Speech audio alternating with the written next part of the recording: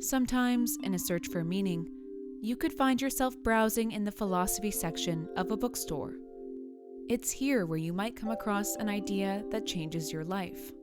In Kevin Ulug's case, he discovered an idea that changed a lot of lives. This book really convinced me that I can and should try to make a big positive impact. Kevin is a 32-year-old software developer living in Ottawa. Back in 2014, he came across this book by Australian philosopher Peter Singer. It paints a very emotional picture of the plight of the extremely poor, and then it's very concretely here is what you can do that will help them. And I became convinced that it was literally the correct thing to do. This is the action that I should take. Kevin now donates 25% of his income to charity. For context, the average Canadian gives less than 2%. But he's not donating this large sum to just any charity. Kevin is part of a growing global movement that uses evidence and reason to figure out the best way to do good in the world. It's called effective altruism. Even though Kevin had never consistently donated to charity before, he found himself compelled to give. Effective altruism introduced me to the idea that I can work my totally normal job and still give ambitiously and make a significant impact. If we're going to live an ethical life, it's not enough just to not cheat, steal, maim, kill, but that if we have enough, we have to share some of that with people who have so little. That's Peter Singer. To make this point, he uses an analogy. So I ask you to imagine that one day you're walking across a park, and in this park there's a pond. But you look at it and you do notice that there is something in the pond splashing around. And when you look closer, you're shocked to see that it's actually a very small child. And the child seems to be drowning. You rush down to the pond. As you do, the thought occurs to you, oh, damn, I've just put on my most expensive shoes because I'm going to this important occasion. Is this child really my responsibility? And he says, most will agree you ought to save the child, even if it means you'll ruin your clothing. Anthony Skelton teaches moral philosophy at Western University. If you can prevent something very bad from happening, like the loss of a life, without sacrificing anything of comparable moral importance, like your own life, then you ought, morally speaking, to do it. And he says, you're in a similar relationship to the global poor as you were to that young child. Effective altruism combines this notion with the idea that one charity can be 10 to 100 times more effective than another. So, you should give to charities that do the most good for the most people. So it's really about sort of emphasizing the sort of common adage of, you want to get the most bang for your buck. Kevin started out by giving a few $100s to charities that give out bed nets to prevent the spread of malaria. Now he donates tens of thousands of dollars to organizations that prepare for extreme famine and the next pandemic.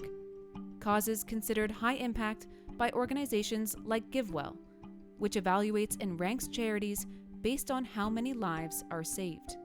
25% of your income is not insignificant. How has that impacted you and your lifestyle? The main thing that I did to increase my giving was that I intentionally moved out of my one-bedroom apartment and moved in with roommates so that I could have more money to donate. So this is my room. In addition to downsizing, he also became a vegan. Animal welfare is another high-priority cause that effective altruists care about. There's actually a method for how they decide where to focus their efforts. It's called the Itn Framework, which stands for importance, tractability, and neglectedness. So they just want to know, is there a neglected issue where they can produce a lot of good and where we think if we do take concrete steps, we can really change it. The effective altruism movement has thousands of members worldwide, including around 400 in Canada, who have donated hundreds of millions of dollars to charities. The movement attracts everyone from students to billionaires, all of whom pledge to give away at least 10% of their income over their lives. But effective altruism isn't just about donating money. Some effective altruists have donated kidneys to strangers, while others, like Rishika Bose, plan to dedicate their life's work to solving big global problems. think I found out about effective altruism maybe when I was 15. I was trying to figure out what was important to me and what I wanted to do, just in general. Initially, Rishika thought she might go into physics because it's a subject she enjoyed. But then she discovered the website 80,000 Hours. Co-founder Benjamin Todd encourages students to take high-impact careers rather than simply following their passion. Even if you match your passion with your work and you're successful, you can still quite easily fail to have a fulfilling career. That's because you might not find the work meaningful. That made me start thinking about, do I really just want to go into a career doing research in physics, pursuing some abstract ideas that might not have any application? Will that make me happy? Or is there something I could do where I could make a difference? Rishika is now finishing her degree in cognitive systems at the University of British Columbia. She hopes to pursue a career in artificial intelligence risk, a field popular among effective altruists. And once she gets a job, she plans to donate a portion of her earnings to effective charities. I've always been brought up to try to help people and to prioritize trying to make the world a better place, at least in a small way.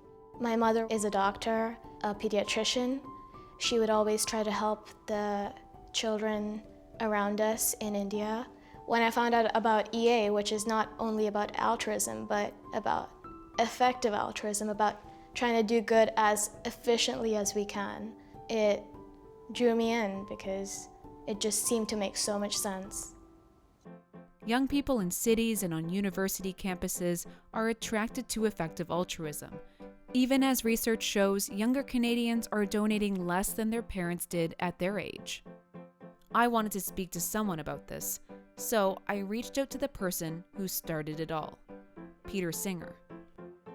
Do you see effective altruism as a thing that's going to save the charity sector by getting, millennials and Gen Zers involved in giving and making that a part of their daily life?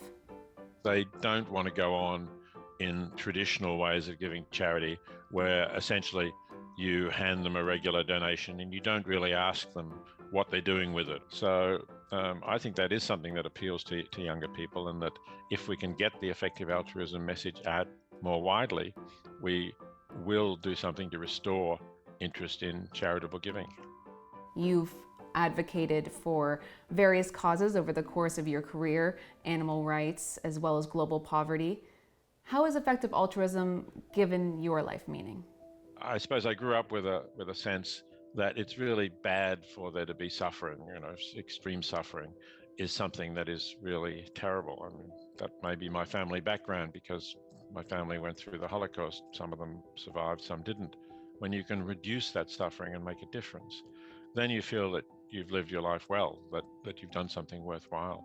And that's what effective altruism has done for me.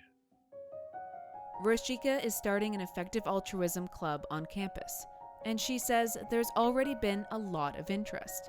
We're always told about all the problems in the world. We're bombarded with news about it every day as a teenager through social media, and this just feels like a way we can really take the problems head on and feel like we're actually doing something. And so when you find out that you can save an individual human life, that's a lot. It's a big source of meaning for me now. The ideas of effective altruism seem at odds with our culture today, which is more interested in the pursuit of individual happiness and success than in the search for meaning. The movement is, perhaps, a reaction to that, a way for each and every one of us to make the world a better place, one life at a time.